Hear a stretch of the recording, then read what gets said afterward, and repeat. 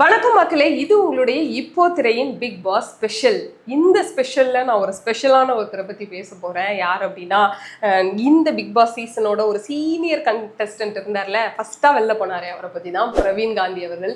So அவர் ஒரு பெரிய ஒரு ஃபாதர் ஃபிகர்ல இருக்காரு அப்படின்ற மாதிரி தான் எல்லாருமே நினைச்சிட்டு இருந்தாங்க. உள்ள வந்த உடனே அவருடைய சேட்டைகள்லாம் எப்படி இருந்துச்சு அப்படின்றத தனியா பார்க்கலாமா?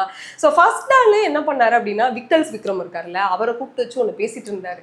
என்னன்னா பக்கத்திலே ஒரு பொண்ணை வேற வச்சுக்கிட்டு பேசிட்டு இருந்தாரு. என்னன்னா, பெண்கள் அப்படின்னா அவங்க ரொம்ப பொறாமப்படுவாங்க, ஆனா ஆண்களுக்கு அந்த பொறாமையே கிடையாது. அவங்க கிட்ட நான் அவனை விட பெரியவனா அப்படின்ற ஒரு விதமான வீரம் அப்படின்னு கூட அவர் சொல்லிட்டு இருந்தாரு. என்னையா அதுக்கு பேரும் பொறாமதான், இதுக்கு பேரும் பொறாமதான் அப்படின்ற மாதிரி இருந்துச்சு.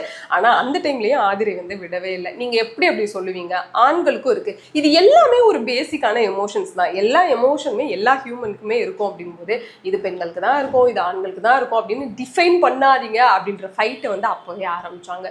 ஸோ அவரை பொறுத்த வரைக்கும் அவருக்கு என்ன இருந்துச்சு அப்படின்னா, நான் உள்ள வந்திருக்க ஒரு பெரிய மகான் அப்படின்ற மாதிரி அவர் நினைச்சிட்டு இருந்தார் போல. ஸோ நான் எல்லாரையும் திருத்த போறேன், எல்லாரையும் மாற்ற போறேன், எல்லாரையும் நல்ல வழியில கொண்டு போறேன் அப்படின்ற மாதிரி அவர் நினைச்சிட்டு இருந்தாரு. ஆக்சுவலி என்னன்னா, வீட்டில் இருக்கிற பெரியவங்க சொன்னாலே கேட்க மாட்டோம், ஊரில் இருக்கிறவங்க எப்படி சொன்னால் கேட்போம் அப்படின்ற மாதிரி தான் அங்கே இருக்கிற யங்ஸ்டர்ஸும் நினச்சிட்டு இருந்தாங்க.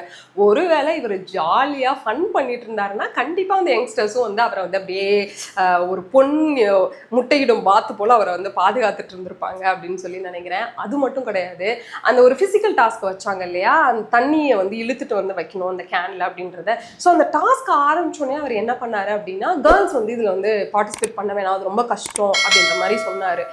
வாயை வச்சுட்டு கொஞ்சம் சும்மாவாத இருக்கலாம், அதுதான் முடியலையே அப்படின்ற மாதிரி இருந்தது. பட் அப்பயுமே ரம்யாவும் சுபிக்ஷாவும் என்ன சொன்னாங்க அப்படின்னா, இல்லை சார் நீங்கள் இப்படி சொல்லாதீங்க, அதை நாங்கள் பார்த்துக்குறோம் அப்படின்ற மாதிரி அவருக்கு பதிலடி கொடுத்தாங்க. இது மட்டும் கிடையாது, பாருகிட்ட போய் கல்யாணம் மட்டும்தான் பெண்களுக்கு பாதுகாப்பு அப்படின்னு பேசுறது, பெண்கள் தனியாக இருக்கிறது நல்லதில்லை அப்படின்னு பேசுறது. ஸோ எந்த ஒரு கான்வர்சேஷன் அப்படின்னாலுமே நான் ஒரு பெரிய ஜிட்டு, நான் ஒரு பெரிய ஆள் அப்படின்ற ஒரு தாட் இருந்தது.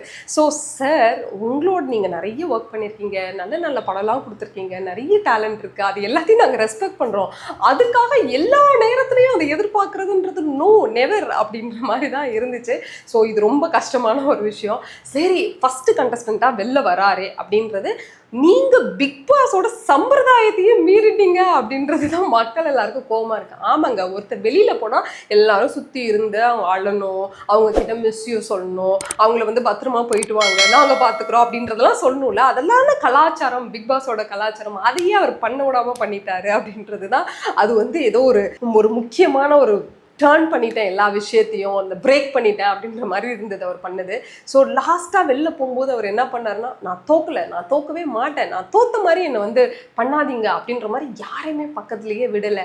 அட்லீஸ்ட் இத்தனை நாள் 1 வீக் பழகிருக்கீங்களே, அதுக்காகவாவது ஒரு ஹேண்ட் ஷேக் பண்ணி நாங்கள் போயிட்டு வரேன் அப்படின்னு சொல்லியிருக்கலாம். அதுதான் ஒரு மேனரிசமாக இருந்திருக்கும். பட் அதையும் அவர் பண்ணல. சரி, மனுஷன் வெளில போயிட்டாரே அப்படின்னு கண்டஸ்டன்ட் நிம்மதியாக இருந்தால், அங்கே விஜய் சேதுபதிக்கு ஒரு பெரிய ஷாக் காத்துட்டு இருந்துச்சு. ஆமாம், நான் தான் ஒரு பெரிய ஸ்பேஸ், நான் எல்லா இடத்துலையும் இருக்கேன்னு சொல்லி அவருக்கே பெரிய ஷாக்கை கொடுத்துட்டாரு. ஆனாலும் விஜய் சேதுபதி விடலை. லாஸ்ட் டைமில் கூட அவரை வச்சு செஞ்சுட்டாரு. அப்படியா சார், இங்கே இருக்கீங்களா சார், போயிடுவீங்களா இருப்பீங்களா அப்படின்ற மாதிரி கலாய்ச்சி தள்ளிட்டாரு. ஸோ எப்படியோ ஒரு ஃபாதர் ஃபிகராக வந்த ஒருத்தர் 1 வீக்லேயே எல்லாருக்கும் ஒரு பிளெஸிங்கை கொடுத்துட்டு கிளம்பிட்டாரு அப்படின்னு சொல்லி நினைக்கிறேன். ஸோ பிரவீன் காந்தி அவர்கள் பண்ணதில் உங்களுக்கு ரொம்ப கடுப்பான ஒரு விஷயம், இல்லை பெரிய மனுஷன் அப்படிலாம் பண்ணியிருக்க கூடாதுப்பா அப்படின்னு நீங்க நினைக்கிறீங்களா அப்படின்னு மறக்காம கமெண்ட்ல சொல்லுங்க. ஸோ இன்னும் நிறைய வீடியோக்கள் வர காத்துட்டு இருக்கு. இப்போ திரையை சப்ஸ்கிரைப் பண்ணி ஃபாலோ பண்ணுங்க.